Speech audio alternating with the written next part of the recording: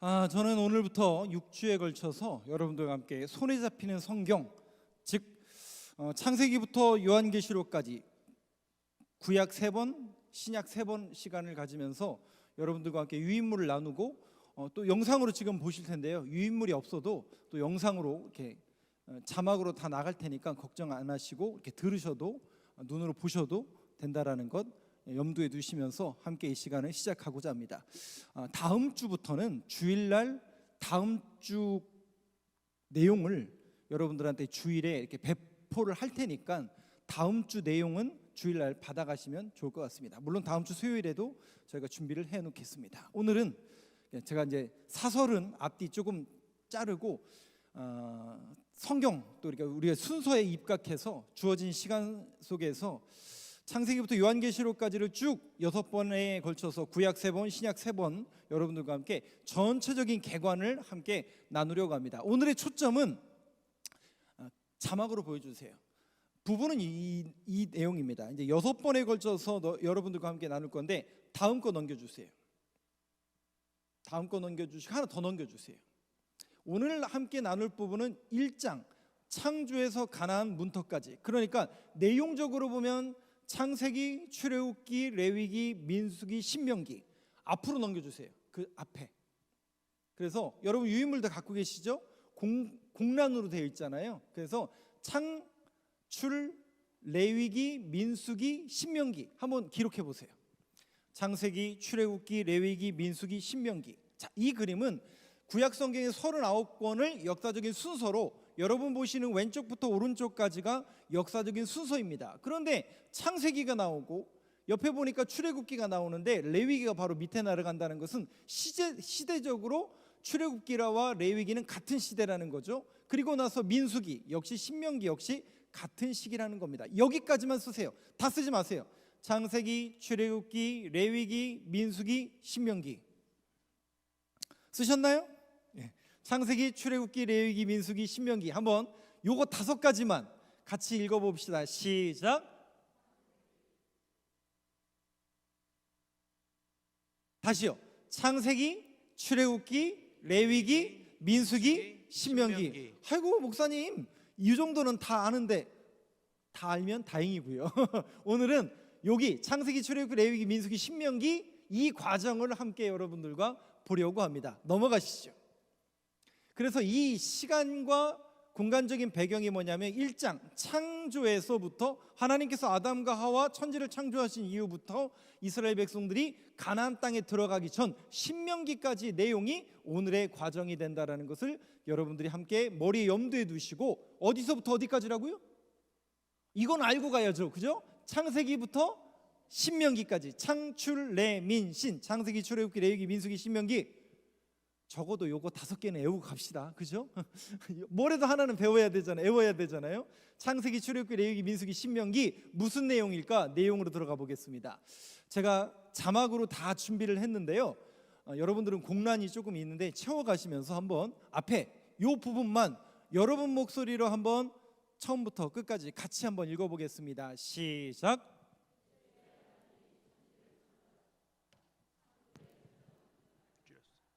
그러나 그 인간은 하나님을 불순종하는 죄를 범한다. 그 죄는 인류의 생각과 삶을 부패하게 만들었고 하나님은 부패한 온 세상을 물로 심판하시게 된다. 하나님의 은총을 입은 노아의 가족들이 다시 번성하게 되었을 때 이들은 하나님을 거스르는 바벨탑을 쌓게 된다. 하나님께서는 언어를 혼잡게 하셔서 이들을 온 지표면으로 흩으신다. 창세기 1장부터 6장까지 있는 내용을 정리했고 요약했습니다. 1장부터 6장까지 있는 내용인데 여러분 잘 아시는 내용이죠. 근데 이것만 요대로 보고 넘어가면 안 됩니다. 제가 잠깐 이 부분에 대해서 코멘트를 해드리겠습니다.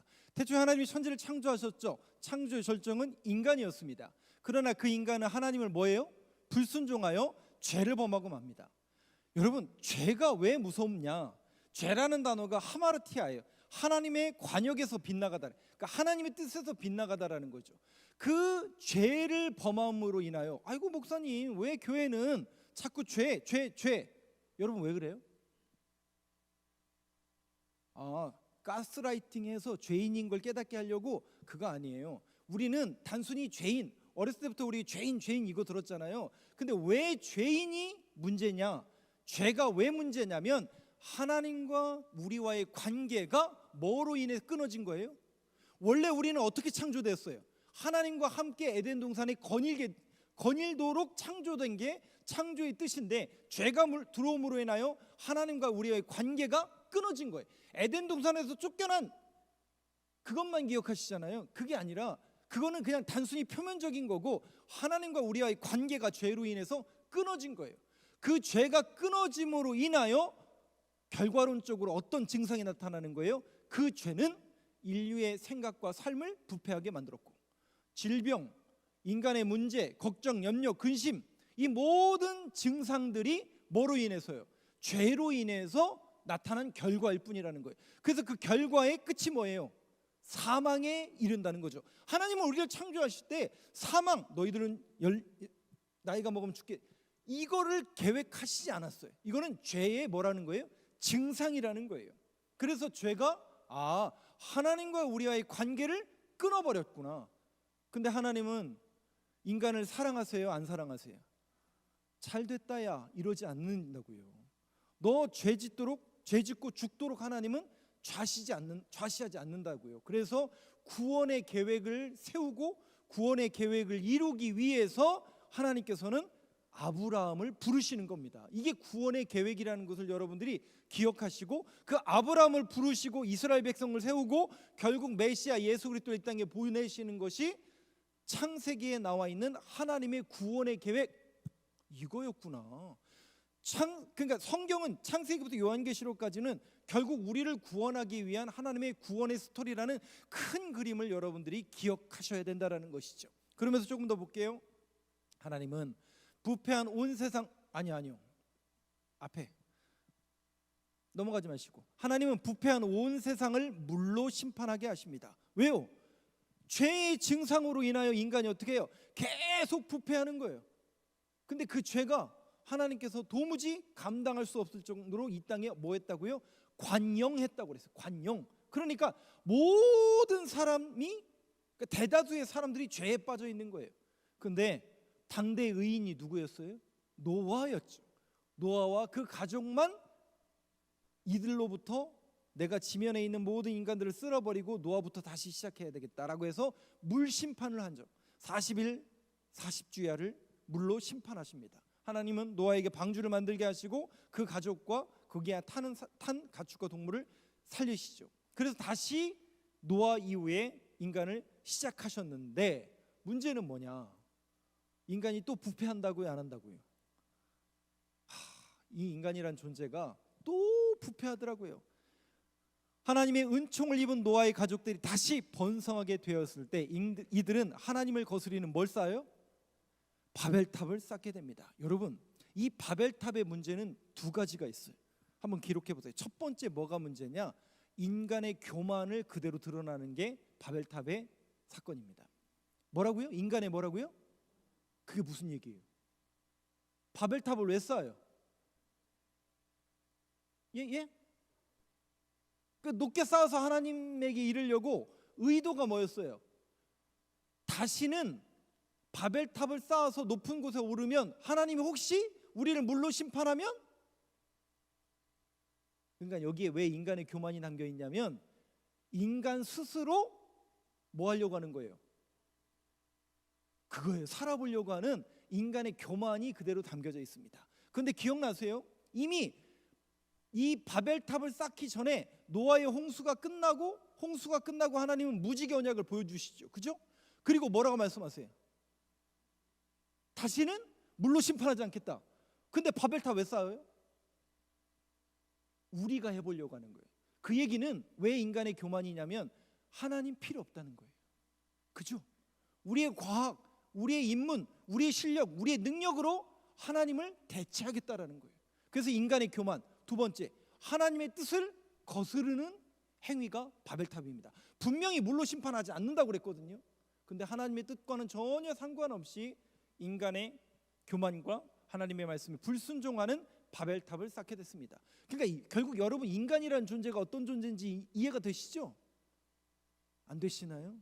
아직도 인간을 신뢰하고 계세요? 제가 누누이 말씀드리지만 저도 믿지 마세요. 저도 어떻게 될지 몰라요. 인간이란 존재는 신뢰의 대상이 아니라 무슨 대상이라고요? 사랑받기 위해 태어난 존재입니다. 사랑해 주셔야 돼요. 옆에 분들 한번 보세요. 그분도 사랑해 주셔야 되고, 나는 사랑이 급한데 그분도 사랑을 받아야 되는 거고, 저도 받아야 되고 여러분도 받아야 되는 하나님 앞에 우리는 불순종한 죄인일 뿐입니다. 그러나 저와 여러분들은 이 우리 교회 공동체 속에서 어떤 죄인이에요? 똑같은 죄인이지만 구원받은 죄인이라는 사실은 동일한 것이겠죠. 바벨탑을 쌓게 됐습니다. 그때 하나님께서 언어를 혼잡케 하셔서 이들을 결국 온 지표면으로 흩으십니다. 넘어가시죠. 내용이 조금 긴데 한번 여러분 목소리로 마이크로 같이 읽어주셔야 돼요. 같이 한번 읽어보겠습니다. 시작. 그러나 사랑의 하나님께서는 이처럼 죄를 지어 하나님에게서 멀리 떠난 인간들이 하나님과 만나게 될 구원의 다리 공사를 시작하신다. 하나님은 갈대아 우르에 살던 아브라함을 부르셨다. 아브라함은 하나님의 명령을 따라 온 가족을 이끌고 북쪽으로는 갈릴리 바다, 동쪽으로는 요단강, 남쪽으로는 사해, 그리고 서쪽으로는 지중해 등 4개의 물로 경계를 이루는 땅 가나안으로 이주하게 된다. 갈대아 우르에 살던 아브라함을 하나님이 부르십니다. 근데 그 갈대아 우르에 있는 아브라함 부르신 게 그 윗줄, 이게 결국 뭐라는 거예요? 사랑의 하나님께서 이처럼 죄를 지어 하나님과의 관계가 멀리 떠난, 하나님과의 분리가 돼버린 이 인간들을 사랑하세요, 안 하세요? 여러분 사랑하세요, 안 하세요? 잘 모르겠는데요. 계속 그럼 교회 다니세요. 하나님이 여러분들을 사랑하고 있는지를 여러분들이 아셔야 되겠죠. 그래서 하나님께서 예수님을 보내주신 것이고 결국 성경을 믿게 하신 것인데, 하나님은 그 구원의 다리 공사를 누굴 통해서 시작하시냐면 아브라함을 통해서 시작하신 거예요. 제가 주일날 간증했잖아요. 성경도 더럽게 모르고, 죄송해요. 성경도 한 번도 제대로 읽지 못했던 그 사람이 창세기 10장 11장 읽었더니 죽는데 12장에 누구요? 아브라함은 죽었어요? 똑같이 죽죠. 똑같은 죽는 인생인데 아브라함은 왜 다르죠? 하나님의 부르심에, 콜링에 응하더라는 거예요. 그 하나님의 콜링이 뭐였어요? 내가 지시하는 땅으로 가라. 네 부모를 떠나. 그 얘기는 네가 지금 누리고 있는 그 모든 것들을 포기하고 내려가라는 거예요. 내려가서 잘 됐어, 잘 안 됐어요? 예? 잘 됐어, 잘 안 됐어요? 잘 됐죠, 잘 됐죠. 복의 근원이 됐으니까. 근데 그 복이 뭐라고요? 우리가 표면적으로 보여지는 그 눈에 보이는 거부가 되는 그 복이 아니라, 진리를 붙들고 말씀을 붙들고 하나님의 복의 근원이 되는 말씀을 붙들더라는 거죠. 그게 진짜 복이라는 사실을 아브라함이 우리에게 하나의 예표로 보여주고 있다는 거죠. 그 구원의 계획 속에 아브라함이 쓰임받는 인생으로 나가더라는 거예요. 뭘 붙여찾더니? 말씀을 붙여찾더니. 결국 우리도 똑같죠. 저와 여러분들을 하나님께서 불러내신 거죠. 어디에서요? 저 죄악된 그늘에서. 그곳에서 여러분들을 불러내셔서 지금 어디로? 하나님의 말씀을 듣는 자리로, 하나님 앞에 우리를 불러주신 거라는 거죠. 아브라함을 부르셨다. 아브라함은 하나님의 명령을 따라, 하나님의 말씀을 따라 온 가족을 이끌고 북쪽으로는 갈릴리, 요단강, 사해, 가나안 땅이죠. 가나안 땅으로 이사 옵니다. 넘겨주시죠. 아마도 이건 BC 한 2091년 정도 된 것 같아요. 한번 여러분 목소리 같이 읽어보겠습니다. 시작. 구원의 다리 공사는 100세가 되어 아들 이삭에게로, 이삭이 낳은 아들 야곱에서 그가 낳은 요셉과 아들들로 이어지며 계속된다. 그 중에 창세기가 가장 많이 할애하는 것은 야곱의 특별한 사랑을 받던 요셉이다. 요셉은 야곱 가족의 복잡한 구조와 애증이 빚어내는 갈등 때문에 요셉은 애굽의 노예로 팔려가게 된다. 그러나 하나님께서는 요셉을 애굽의 총리로 세우셨다. 야곱은 가족들과 함께 애굽으로 내려가게 된다. 구원의 다리 공사는 아브람, 그 다음에 누구로 이어져요? 이삭, 그 다음에 누구예요? 야곱, 야곱 다음에 누구예요? 이제 요셉이라고 나왔지만 이제 12 아들들을 통해서 이루어지는 거죠. 이제 그 12 아들을 통해서 어떤 지파가 되는 거죠. 그러니까 이미 야곱 이후에는 12 아들들을 통해서 지파, 한 민족을 이루게 되는 그 큰 그림을 보여주고 계신 걸 볼 수 있습니다. 근데 여러분, 그때 아브라함에게 하나님께서 아직 아들이 없었잖아요. 그때 하나님이 아브라함과 약속을 맺으면서 바깥으로 야 네가 나와봐라, 내가 너랑 약속을 맺을텐데 별을 보여주시잖아요. 뭐라고요? 별 아름답지? 그러시던가요? 이 별들 수만큼 네 씨가 많아질 것이다. 바다의 모래알처럼 네 씨가 많아질 거라는 약속을 주시죠. 근데 아들이 있다고요, 없다고요? 근데 아브라함이 뭘 믿었다고요? 뭘 믿어요? 그거예요. 하나님의 약속의 말씀을 붙들었더라. 그러니까 우리가 신앙인이라는 것은 결국 계속 뭘 붙들고 뭘 확인하는 작업이냐면, 하나님은 계속 약속하시고 하나님은 계속 말씀하시고 그 말씀을 붙드는 훈련을 계속해 나가는 겁니다. 근데 여러분, 이게 처음에는 여러분들도 교회 나오고 초신자 때는 잘 믿어졌어요, 안 믿어졌어요?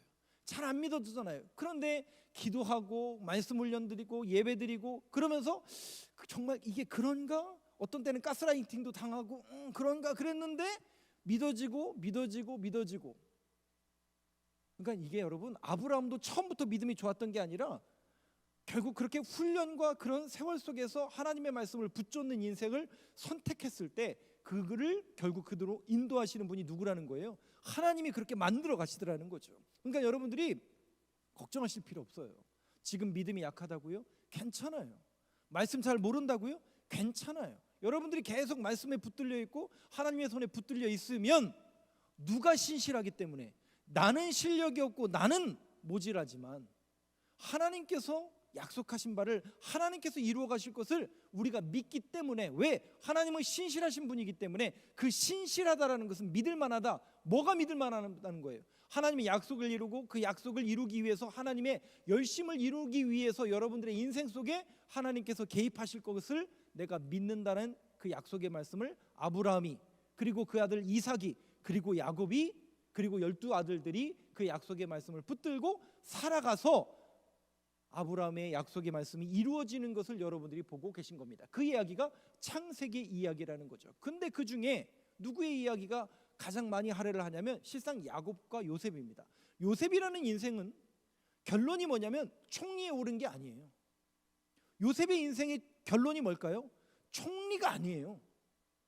총리의 자리에 올랐는데 결국 누굴 만나요? 자신의 원수였던, 자기를 인신매매했던 형제들을 만나게 되죠. 그때 뭘 깨달아요? 예? 내가 열심히 살았고 내가 정말 남부럽지 않게 그 총리의 자리에 오르기 위해서, 생각해 보세요. 14살, 15살 저희 아들 한두 살 어린 그런 어린아이가 형들한테 팔렸죠. 말도 안 통하죠. 하나님을 아무도 모르는 그 땅에 가가지고 노예로 10년이 넘는 그 15년이라는 세월을 어떻게 살았을까 여러분? 운수 대통이어가지고 그냥 막 다 피해갔나요? 절대 그럴 리가 없죠. 한 나라가 아니라 한 제국의 총리의 자리에 오른다는 것은 뭐가 있어야 돼요? 운만 좋으면 돼요? 천만의 말씀이에요. 실력이 없으면 절대로 그 자리에 오를 수 없습니다. 실력이 있어야 돼요. 능력이 있어야 돼요. 거기다가 요셉은 신앙을 포기하지 않아요. 그랬던 요셉이 결국 형들을 만나면서 깨닫는 거죠. 내가 이 총리 자리에 오른 것은 누구를 구원하기 위함이라는 거예요. 누구를 구원하기 위함. 가나안 땅에 우리 아버지와 우리 민족, 우리 백성들이, 하나님의 백성들이 굶어 죽으면 하나님의 계획이 끊어지는 거예요, 안 끊어지는 거예요? 끊어지죠. 그래서 이때를 위해서, 이 민족을 살리기 위해서 나를 총리의 자리로 올려주셨구나. 이게 누구의 뜻이라는 거예요? 이게 하나님의 뜻이는구나. 그제서야 요셉이 고백하죠. 근데 형들은 어떻게 하고 있어요? 아직도 벌벌 떨고 있는 거죠. 언제 나를 죽일지 모르고 언제 보복할지 모르는데, 그때 형들을 오히려 안심시키잖아요. 이때는 하나님께서 당신들을 구원하기 위한 하나님의 계획 아닙니까? 그러니까 이 요셉의 인생의 모습은 철저하게 고난받고 핍박받고 조롱 속에서 그 이스라엘 백성들을 구원하기 위한 하나의 예표의 그림으로 요셉이 등장하는 거죠. 근데 그 그림이 누굴 통해서 이루어지는 거예요? 신약 성경의 예수 그리스도의 모습이 요셉의 모습을 그대로 이루는 거죠. 여기서 또 하나, 야곱의 12아들이 민족을 이루는 것이 또 하나의 큰 메시지입니다. 넘겨주시죠. 그래서 야곱에게는 글씨가 보이려나 안 보이려나 그림을 좀 설명해 드릴게요. 제가 포인트가 없는데 이쪽에 보면은 여러분 보이시는 오른쪽에 맨 끝에 페르시아만 저 위가 우르 지역입니다. 사진이 우르 사진이에요. 거기에서 유프라데스 티그리스 강을 지나서 저 빨강색 지역, 이게 반달 모양이라고 그래서 비옥한 반달 지역 메소포타미아 들어보셨을 거예요.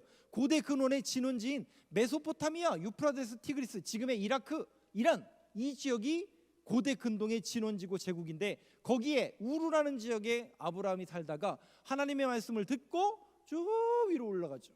저 빨간색 화살표 친 하란이라는 곳에 이르게 되고 하란에서 그의 아버지 데라가 죽고 나서 아브라함은 가족과 친척을 떨구고 나머지 가족들 떨구고 조카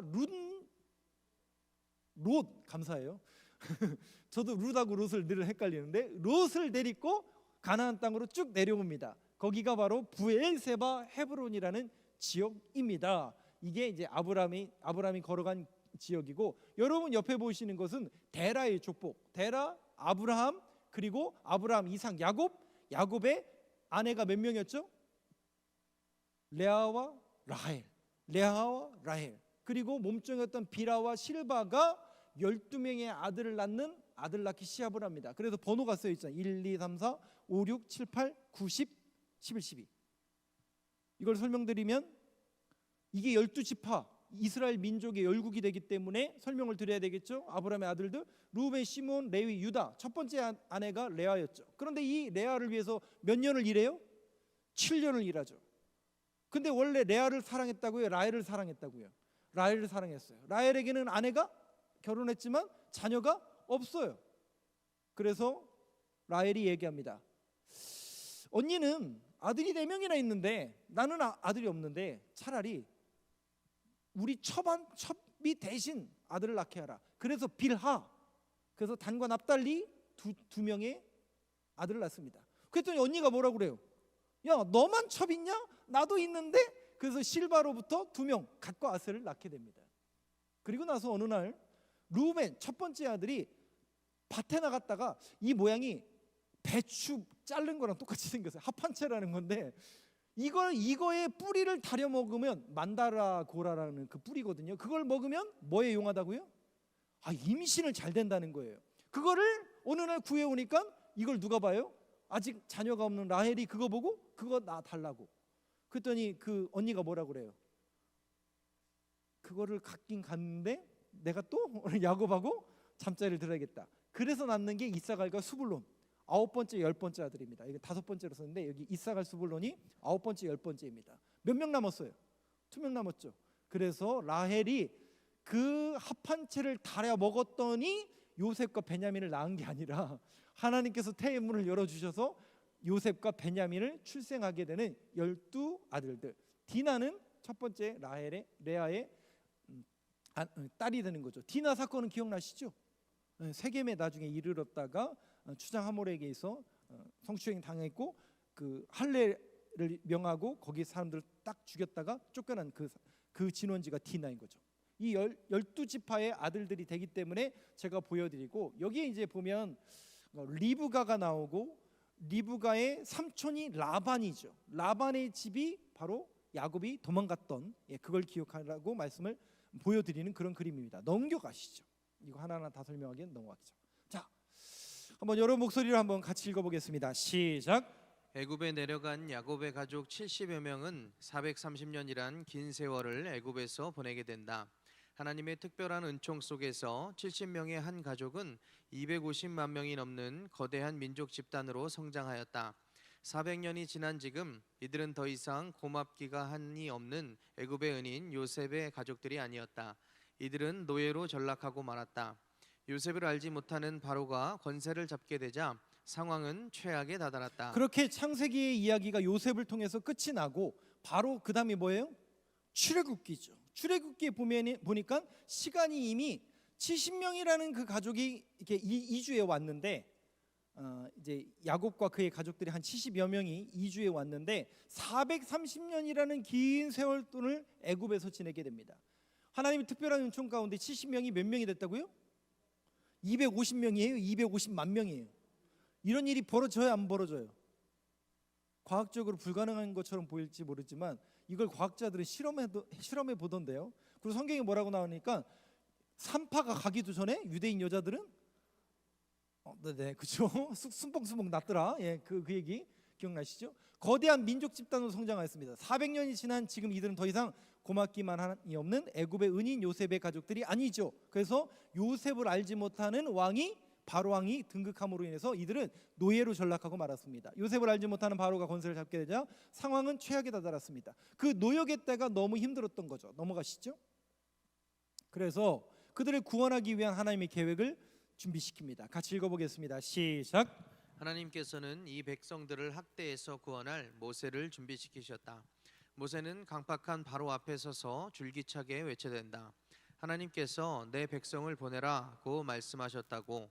그러나 바로는 이런 핑계 저런 구실로 하나님의 명령에 맞선다. 급기야는 10가지 재앙으로 온 애굽이 초토화되어서야 그는 어쩔 수 없이 이스라엘 백성들을 내보낸다. 시간이 흘러서 BC 1446년경으로 우리가 추정하는 출애굽 사건이 있기 전에 하나님은 누굴 준비시키냐면 모세를 준비시킵니다. 아이고 하나님, 모세가 이때 나이가 몇 살이었다고요? 몇 살이요? 40살이요? 80살이요? 그럼 40살에는 뭐 했대요? 이 사람이 몇 년을 살아요? 120년을 살잖아요. 40년은 왕궁에서, 40년은 광야에서, 40년은 출애굽. 기억나시죠? 40년. 모세를 준비시킵니다. 모세는 강팍한, 이 강팍이라는 단어가 무슨 뜻이에요? 마음이 완악은 또 뭐예요? 굳어졌다. 마음이 굳어졌다라는 그 표현입니다. 강팍한, 마음이 굳은 바로 앞에 서서 줄기차게 외쳐냅니다. 하나님께서 내 백성을 보내라. 이게 말이 되는 이야기예요? 여러분들이 바로 왕이라면 이게 어느 날 모세가 와가지고 내 백성을 하나님께서 보내라. 네 하나님이 어디 있는데? 왜 뜬금없이 내가 노예들을 보내야 되는데? 그러나 바로는 이런 핑계 저런 구실로 하나님의 명령에 맞섭니다. 급기야는 10가지 재앙으로 온 애굽이 초토화되어서야 어쩔 수 없이 이스라엘 백성들을 내보내는 BC 1446년의 출애굽을 이야기하고 있습니다. 이제 우리가 출애굽기로 넘어온 거예요. 넘기시죠.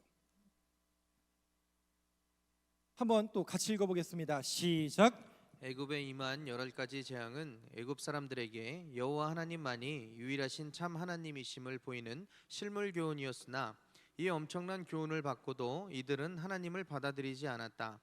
유월절을 통과하고 홍해 바다를 육지처럼 건너 이들은 시내산에 도착하였다. 시내산으로 인도된 이들은 아직 온 세계에 하나님의 축복을 선포하는 제사장 노릇을 할 준비가 되지 못한 상태였다. 시내산에 도착한 이스라엘은 그곳에 머물며 모세를 통해 주신 율법과 성막을 받는다. 설명이 필요합니다. 10가지 재앙 혹시 기억나세요? 하나 넘겨주세요. 하나만 앞으로 넘겨주세요. 한번 10가지 재앙 한번 같이 읽어봅시다. 시작. 피, 개구리, 이, 파리, 가축, 독종, 우박, 메뚜기, 흑암, 장자의 죽음. 다시요. 피 재앙, 개구리 재앙, 이 재앙, 파리, 가축의 죽음. 그러니까 피가 나일강에 흥건했고, 그러면서 그 이후에 개구리가 나오게 되고, 이 재앙이 나타나고 파리가 들끓었어요. 그러니까 당연히 전염병이 들끓으니까 뭐가 다 죽어요. 가축이 전부 다 죽는 거죠. 그리고 나니까 사람들에게 독종, 전염병이 임하게 되는 거예요. 그리고 천재지변인 우박이 내려서 재앙을 내리고 메뚜기가 와서 싹 쓸어버리는 겁니다. 이때까지만 해도 애굽왕 바로가 어떻게 했다고요? 강팍 마음이 완고해가지고 꿈쩍도 안 했어요. 그런데 흑암, 온 세상이 어두워졌어요. 이거는 이 당시에 태양신 온이라는 신을 믿던 신을 믿던 그 태양신이 죽었다라는 그런 개념으로서 흑암이 임하게 됩니다. 그리고 결정타가 뭐예요? 첫 번째 것, 장자의 죽음. 장자만 죽어요? 가축도 죽어요. 태어난 첫 번째 것은 다 죽습니다. 왜요? 그 첫 번째 것이라는 뜻이 뭔데요? 모든 것이 하나님의 것인데 하나의 대표성을 띠는 게 장자. 그러니까 장자의 죽음이라는 것은 결국 너희들은 이미 다 죽었다라는 그런 의미로 장자의 죽음을 맞이합니다. 이 장자의 죽음을 첫 번째 것이 죽지 않는 비결이 뭐였죠? 네? 이집트를 벗어나면 되는 거 아니에요? 도망가면 되는 거 아니에요? 그거 뭐였어요? 방법이 뭐였어요? 집에 문설주에 피를 바르면 어린 양을 잡아서 피에 문설주에 바르면 죽음의 사자가 들어가지 않는다고요. 니네 뭐하냐? 봤더니 유대인들이 양 잡아가지고 하루 종일 양 잡았을 거 아니에요. 그러니 막 양 죽어가는 소리가 온 그 고센 지역에 들끓었겠죠. 그걸 구경하던 이집트 사람이 야 니네 뭐하냐? 그랬더니 양 잡고 있는 거예요. 피를 바르고 있는 거예요. 우리 집에 가다 이거 좀 갖다 발라볼까 해서 발랐어요. 이건 제가 꾸며낸 얘기예요. 그러면 그 죽음의 사자가 들어갔을까 안 들어갔을까요? 왜요? 피는 보호막이에요? 피는 보호막이 아니라 하나님 방법이잖아요. 그죠? 하나님의 방법, 하나님의 말씀이잖아요. 하나님의 방법대로 했더니 된 거예요. 그러니까 어떤 구원이 조건이 아니라 하나님의 뜻, 하나님의 방법, 이걸 여러분들이 기억하시라고 말씀을 드리는 거고, 다시 앞에를 보여주세요. 이 10가지 재앙을 통해서 애굽 신을 죽었다. 애굽 신은 하나님 앞에 아무것도 아니다라는 것을 교훈하고 거죠. 10가지 재앙은 애굽 사람들에게 여호와 하나님만이 유일하신 참 하나님이심을 보이는 실물 교훈이었으나 이 엄청난 교훈을 받고도 이들은 하나님을 받아들이지 않게 됩니다. 6월절 10번째 재앙을 통과하고 홍해 바다를 육지처럼 건넌 이들은 시내 산에 도착합니다. 왜 가나안 땅이 아니라 시내 산일까요?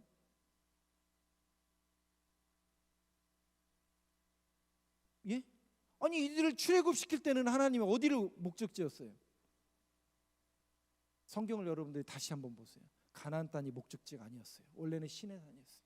왜 시내산이냐? 여기서 하나님께서 다시 그들과 언약을 맺는 겁니다. 무슨 약속이요? 나는 너희의 하나님이 되고 너희는 나의 백성이 되리라는. 그리고 그 백성을 통해서 하나님은 어떤 계획과 기대와 비전을 품고 계셨냐면 제사장 민족이 되는. 간혹 이런 얘기 하잖아요. 왜 하나님은 이스라엘 백성들을 구원하셨을까? 아니 로마도 아니고 저런 나라도 아니고 왜 이스라엘일까? 성경은 뭐라고 얘기냐면 제사장 민족으로 삼기 위해서래요. 하나님이 선택하신 거예요. 제사장 민족으로 삼기 위해서, 언약을 이루기 위해서, 약속하기 위해서, 계약하기 위해서 시내산으로 불러주셨다는 거죠. 시내산으로 인도된 이들은 아직 온 세계에 하나님 축복을 선포하는 이 제사장 나라로서의 사명을 감당할 만한 그릇이 준비되지 못한 상태였다. 시내산에 도착한 이스라엘은 그곳에 머물며 모세를 통해 뭐와 뭐를 받아요? 율법이라는 거 하나님의 말씀이죠. 즉 하나님과 언약을 맺은 백성들이 지켜야 될 하나님의 말씀과 성막은 하나님이 함께 하신다라는 임재의 상징물을 성막으로 받게 되는 걸 볼 수가 있습니다. 넘어가시죠. 그래서 하나님의 율법의 가장 최고봉이 뭐예요? 십계명이죠. 우리 십계명 이럴 때 한번 또 외워보지 않겠어요? 1계명부터 마지막 10번째 계명까지 제가 다 썼는데 저하고 하나씩 교독해 보겠습니다. 1계명 제가 먼저 하겠습니다. 한번 교독해 보시죠. 제1은 너는 나 외에 다른 신들을 내게 두지 말라. 제2는 너를 위하여 새긴 우상을 만들지 말고 또 위로 하늘에 있는 것이나 아래로 땅에 있는 것이나 땅 아래 물속에 있는 것에 어떤 형상도 만들지 말며 그것들에게 절하지 말며 그것들을 섬기지 말라. 말은 길지만 딱 한 줄로 뭐예요? 우상 앞에 절하지 말라는 얘기죠. 세 번째, 제3은 너는 내 하나님 여호와의 이름을 망령되게 부르지 말라. 제4는 안식일을 기억하여 거룩하게 지키라. 제5는 내 부모를 공경하라. 제6은 살인하지 말라. 제7은 간음하지 말라. 제8은 도둑질하지 말라. 제9는 내 이웃에 대하여 거짓 증거하지 말라. 제10은 내 이웃의 집을 탐내지 말라. 1계명부터 다시 한번 보여주세요. 1계명부터 4계명 안식일을 기억하여 거룩해. 그러니까 너는 나 외 다른 신을 섬기지 말라. 우상 앞에 절하지 말라. 3계명이 여호와의 이름을 망령되이 일컫지 마라. 네 번째가 뭐라고요? 안식일 거룩히 지키라. 1계명부터 4계명 4번까지는 누구와 누구의 관계예요? 하나님과 우리의 관계죠. 5계명부터는요. 여러분 기독교는 이 10계명을 믿는 구약의 말씀을 믿는 우리들은 부모를 공경하게 되어 있습니다. 제가 어렸을 때 교회 다니면서 우리가 시골에 살았거든요. 시골 살면서 누누이 들었던 게 뭐냐면 교회 다니는 사람들은 반제사 지낸대. 반제사. 혹시 반제사가 무슨 말인지 아세요? 제사를 반절 드린다는 얘기가 아니에요. 그거 반제사 드린다니까 제사만 반절 드린다는 것처럼 보이지만 제사 안 짓는다는 그런 얘기예요.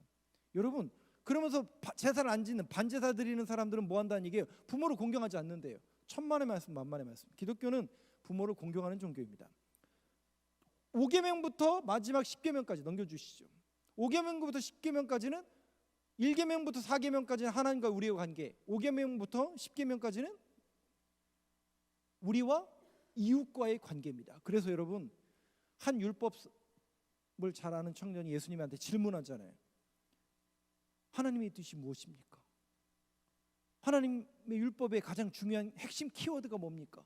그때 우리 주님이 뭐라고 말씀하세요? 마태복음에 마음을 다하고 뜻을 다하고 힘을 다하여 주 너의 하나님을 사랑하라. 이게 1계명부터 4계명 아니에요?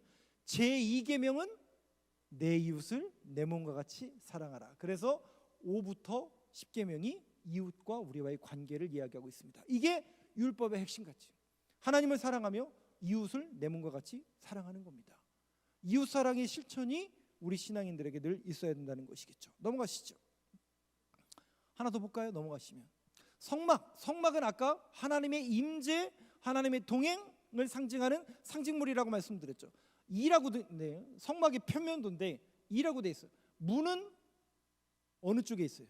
동쪽에만 있습니다. 문은 하나, 항상 문은 하나예요. 그래서 문이 하나라는 것은 요한복음 14장 내가 곧 길이요 진리요 생명이니 나로 말미암지 않고는 아버지께로 갈 자가 없느니라. 하나님께 나아가는 방법은 문은 하나라는 거죠. 근데 저 문이 양의 문, 우리 주님이 피를 흘리신 양의 문, 이 동쪽. 그 문을 커튼으로 되어 있거든요. 커튼을 젖히고 들어가면 번제단, 제물을 태우는 번제단이 있고 그 앞에 보면 물두멍이라고 그래서 세숫대야가 크게 있어요. 손을 씻고 제사장이 저 안에 있는 성막에 들어갑니다. 성막도 역시 문은 동쪽으로 나 있습니다. 동쪽에 들어가 보면 오른쪽에는 떡상이 있고요. 왼쪽에는 메노라라는 등대가 있고 앞에는 분향단이 있습니다. 그리고 또 앞에는 텐트, 휘장으로 커튼으로 가렸죠. 그래서 거기와 거기를 뭐라고 불러요? 그 거기를 뭐라고 그래요? 커튼 뒤를 뭐라고 그래요? 법궤가 안치되어 있는 지성소. 지성소는 1년에 몇 번 들어간다고요? 딱 한 번, 7월 14일 대속죄일에 들어가게 됩니다. 이따가 또 말씀을 드릴게요. 그것만 기억하셨으면 좋겠습니다. 넘어가시죠. 레위기, 이제 창세기, 출애굽기, 레위기 왔습니다. 레위기와 출애굽기는 시간이 같죠. 공간도 같고. 왜? 신의 산에서 지금 레위기를 봤기 때문에. 한번 같이 읽어보겠습니다. 시작. 레위인과 제사장들의 역할에 그 초점이 맞추어져 있다. 레위기는 어떻게 하나님께 나오는지를 보여주는 5가지 제사와 어떻게 하나님과 함께 살아가는지를 보여주는 7가지 절기에 대해 자세하게 설명하고 있다. 하나 넘겨주세요. 5제사 7절기. 번제, 소제, 화목제, 속제제, 속건제. 이것은 이제 요약하면 피제사이고 하나님께 나오는 법인데, 번제, 소제, 화목제, 속제제, 속건제 제사 방법이에요. 제사 방법인데 이 제사라는 게 결국 뭐라는 거예요? 여러분, 우리의 제사의 개념은 뭐예요? 우리 옛날에 우리가 그 제를 드리잖아요. 지금도 제를 드리잖아요. 이 제사는, 우리가 알고 있는 그 제사는 누구를 달래는 거예요? 그 음식 왜예요? 누구 먹으라고? 여러분 맛있게 드세요. 그거 여러분 먹으라고 준 거예요? 귀신 먹으라고 준 거예요?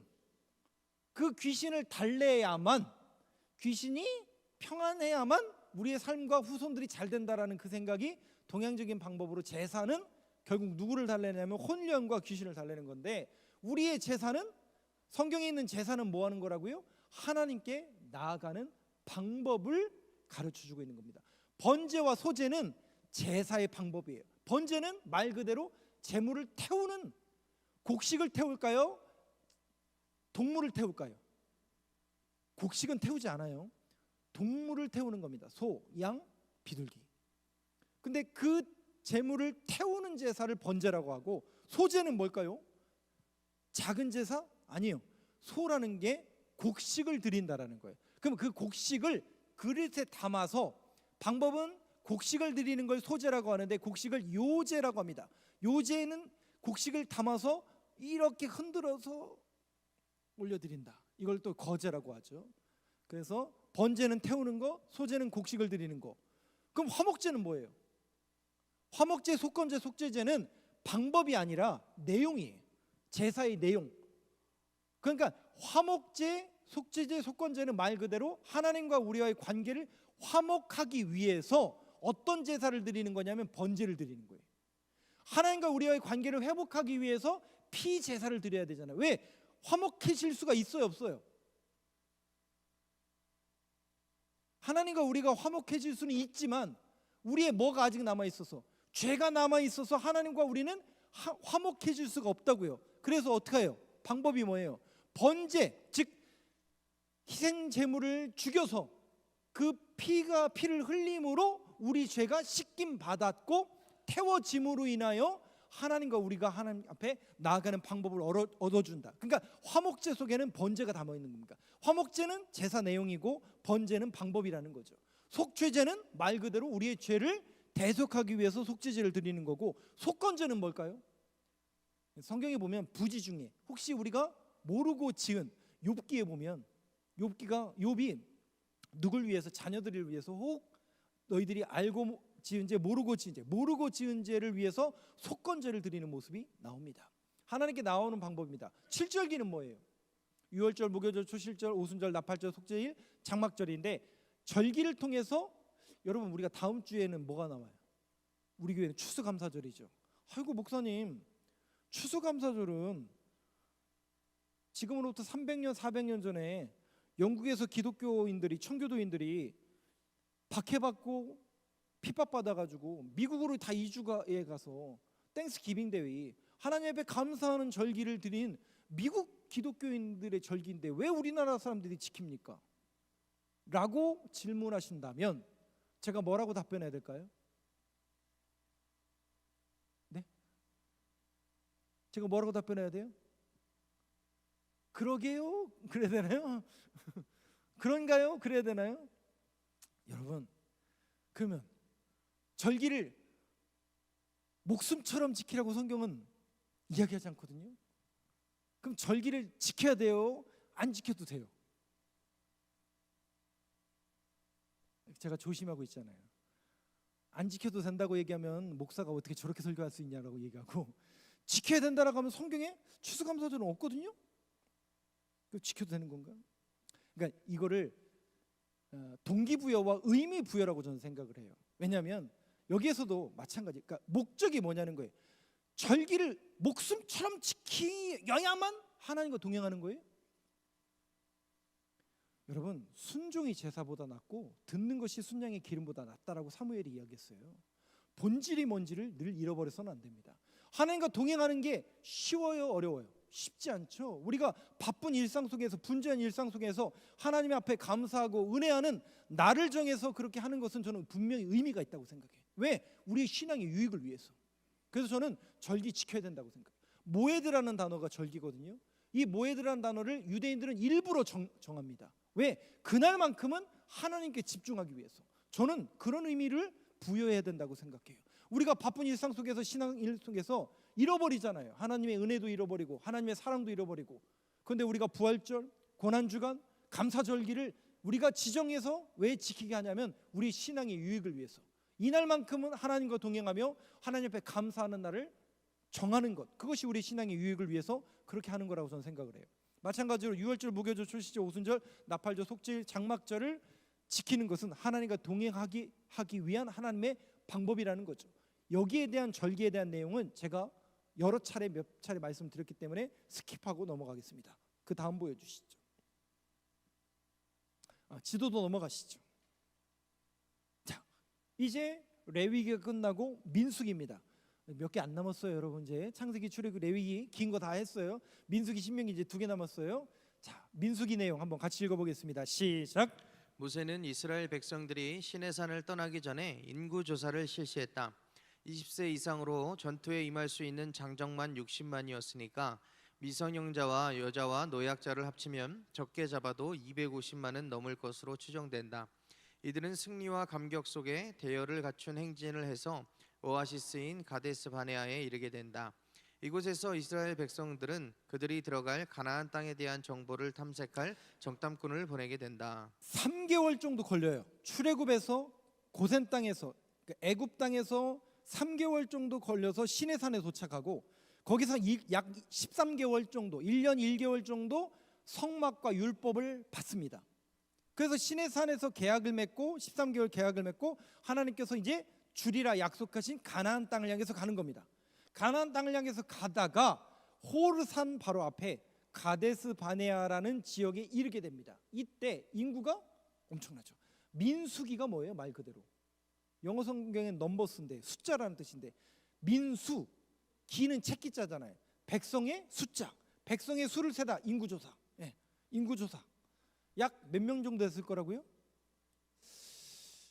저거는 너무 많이 잡은 것 같은데 저는 한 200만 명 정도 될까. 아무튼 엄청난 인구예요. 엄청난 인구예요. 여러분 한번 상상을 해보세요. 200만 명이 들판에 서 있다고 한번 생각해 보세요. 천막을 한 동씩 지으면 몇 동을 지어야 될까요? 그냥 끝이 보이지 않을 것 같은데 그 엄청난 인구가 지금 40년 동안, 그러니까 이게 하나님의 은혜가 아니고서는 그들이 살아갈 수 없죠. 근데 여러분, 인간이란 존재가 하나님의 은혜를 기억합니까? 잃어버립니까? 생각해 보세요, 여러분. 만나가 아침에 딱 넣는데 온 천지 들판에 200만 명을 먹여 살리려면 만나가 조금 있어야 될까, 많이 있어야 될까요? 물어보면 제가 봐보죠. 그냥 온 사방에 만나가 깔려 있어야 되겠죠, 그죠? 얼마나 신기했을까요, 그죠? 양푼이라고 해도 되나요? 양푼 들고 어떻게 해요? 주스러 가야 될 거 아니에요, 그죠? 예, 주워서 얼마나 놀랐을까. 야, 정말 하나님의 은혜입니다. 다음 날 또 갔더니 또 있어요, 없어요? 또 있죠. 다음 날 갔더니 또 있어요, 없어요? 또 있죠. 근데 이게 맛이 별로 없단 말이지. 맨날 이것만 먹으니까 어떻게 돼요? 옛날에 애굽에 있을 때는 부추도 먹고, 성경에 부추라고 나오니까요. 부추를 먹었는지 모르겠는데 전구지도 먹고 이것도 먹었는데, 제가 개인적으로 좋아하는 전을 우리 권사님이 잘 부쳐주시는데, 아무튼 맛이 없단 말이죠. 슬슬 뭐가 올라오기 시작해요? 불평, 원망, 뭐 구원, 그냥 다시 돌아가자. 이게 누구의 모습이에요? 인간들의 모습이라는 거죠. 하나님과 언약을 맺은 그 언약 백성임에도 불구하고, 지금 만나가 내려 있음에도 불구하고 이거 또 먹어야 돼 이러더라고요. 한번 생각해 보세요. 그 만나를 먹을 수 있는 게 은혜 아니에요? 하나님의 손에 붙들려 있는 게 은혜인데 그걸 모르고 있더라고요. 그 모습이 마치 누구의 모습이에요? 오늘 저와 여러분들의 모습일 수도 있다라는 사실을 우리는 늘 경각심을 여러분들이 가지셔야 됩니다. 그 마음이 사라진 12명의 정탐꾼 중에 10명의 보고는 뭐예요? 갔더니 하나님께서 허락하신 땅인 줄 알고 갔더니 거기에 사람이 있어요, 없어요? 무주공산이요, 아무도 없는 곳인 줄 알았어요. 우리는 거기 들어가기만 하면 되는 줄 알았어요. 그런데 세상에 이미 거기는 400년 동안 우리가 거기를 야곱과 그의 가족이 나온 이후에 거기에 계속 자리 잡고 있던 사람들이 번성하여 살고 있더라. 근데 그 사람들이 어떤 모습처럼 보이더라고요? 우리는 그들 앞에 메뚜기 같더라. 메뚜기 컴플렉스. 그들은 다 안악자손, 자이언트. 김새다, 돌아가자. 누가 했다는 보고라고요? 10명의 보고예요. 근데 거기에 누구만은요? 여호수아와 갈렙만큼. 넘어가시죠. 그게 민수기에 나오는 내용이죠. 같이 한번 그 앞에 안 읽었잖아요. 같이 읽어보겠습니다. 시작. 각 지파당 한 명씩 선발된 12명의 정탐꾼이 40일 동안 가나안 땅 구석구석을 살피고 돌아왔지만 결과는 부정적이었다. 여호수아와 갈렙 외에는 온 백성이 하나님의 신실하심과 능력을 불신하고 밤새도록 울며 하나님과 모세를 원망하였다. 하나님께서는 이들의 불신앙과 불순종을 심판하시되 정탐한 날 하루를 한 해씩으로 계산해서 40년을 광야에서 방황하게 하셨다. 결국 그 결과물로 그들은 그 불순종으로 인하여 40년을 광야에서 허비하고 말고, 출애굽했던 사람들은 전부 광야에서 다 죽고 여호수아와 갈렙만 가나안 땅에 들어가게 됩니다. 그 다음 보여주시죠. 같이 읽겠습니다. 시작. 11일이면 가데스 바네아에서 가나안까지 이를 거리를 이들은 40년이나 걸어야 했다. 모압 평지에 이르러 이들은 다시 한번 인구 조사를 하게 된다. 모세는 율법을 배울 기회가 없었던 제2세대를 위해 율법을 설교한다. 그리고는 그토록 사모하던 가나안 땅이 멀리 내려다 보이는 비스가산 위로 올라가 죽게 된다. 이게 민수기와 신명기의 내용입니다. 끝난 거예요. 민수기가 인구조사, 다시 한번 인구조사를 하게 되고, 신명기가 뭐예요? 신명. 저도 예전에는 그 몇 번 말씀드렸는데 신명, 신의 명령이라고 생각했는데 신명이라는 그 신자가 제신자예요. 제신자. 영어로 듀테로노미인데 그러니까 하나님의 명령을 다시 명한다. 그러니까 신명기에 있는 내용은 이미 출애굽기, 레위기, 민수기에 있는 내용을 다시 리바이벌하는 거예요. 왜요? 40년이 지났잖아요. 40년이 지나니까 무슨 일이 벌어져요?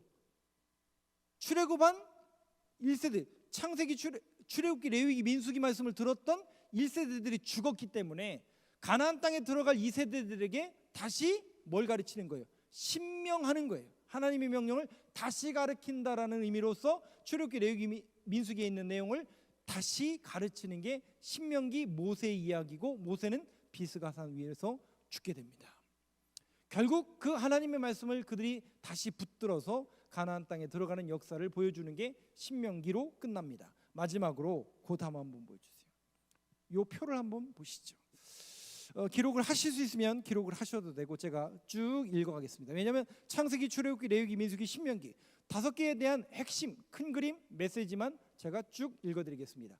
창세기의 핵심어는 시작이라는 거죠. 구원의 시작, 구속의 시작이라는 거죠. 그래서 1장부터 11장까지는 죄의 시작이고요, 구원의 시작이 나머지 요셉까지의 이야기입니다. 메시지는 하나님께 죄 지은 모든 인류를 복주실 통로가 될 한 민족 아브라함과 그의 이스라엘 가족을 선택하시죠.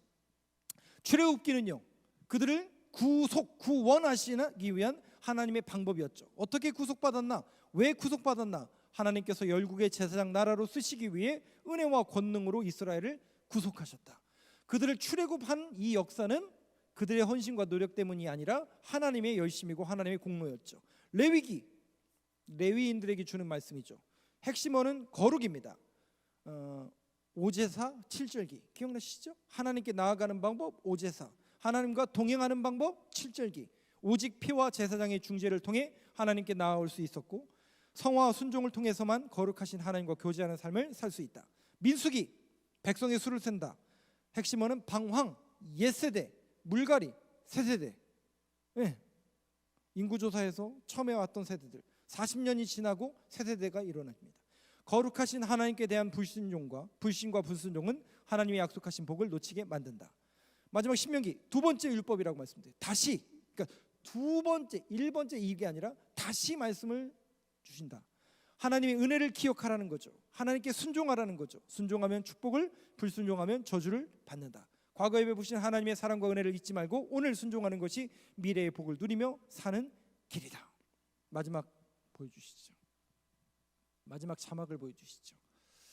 한번 눈으로 같이 저하고 읽어보겠습니다. 시작. 하나님이 아브라함과 그 자손을 가나안 땅에 두신 것은 분명한 목적이 있으시기 때문이었다. 그 이유를 지정학적으로 살펴보는 것은 아브라함의 영적인 자손인 우리 모두 하나님의 자녀들에 대한 하나님의 기대가 무엇인지를 알 수 있는 중요한 열쇠가 된다. 왜 하나님은 이스라엘 백성들일까? 이 이야기를 혹시 지도 그림 있나요? 제가 아까 만들으라고 했는데 띄우지는 말라고 그랬었는데 없나요? 지정학적으로 아프리카, 유럽, 아시아의 중간 지역에 저 가나안 땅에 있습니다. 왜 저기일까? 하나님께서는 더 랜드 비트윈이라고 하던데요. 그러니까 사이 땅이라고 하는 그런 의미를 부여하는 신학자들이 있는데, 지정학적으로 전 지역의 가운데에 속하는 지역이라는 의미로서 가나안 땅을 택한 게 아닌가라고 신학자들은 이렇게 이야기하고 있습니다. 근데 저는 그것보다 더 중요한 것은 메시지와 말씀에 있다고 생각해요. 아브람이었잖아요. 아까 아브람의 이야기. 왜 아브람일까? 아브람이 중요한 것은 단 하나예요. 뭐를 쫓았다고요? 갈 바를 알지 못했어요. 히브리서의 표현에 의하면 갈 바를 알지 못했지만 뭘 붙잡아요? 하나님의 말씀을 붙잡습니다. 사랑하는 성도 여러분, 저와 여러분도 하나님의 언약과 약속의 자녀로서 말씀을 붙들며 말씀을 붙드는 그런 삶을 살아낸 저와 여러분들의 삶이 되길 간절히 소망합니다.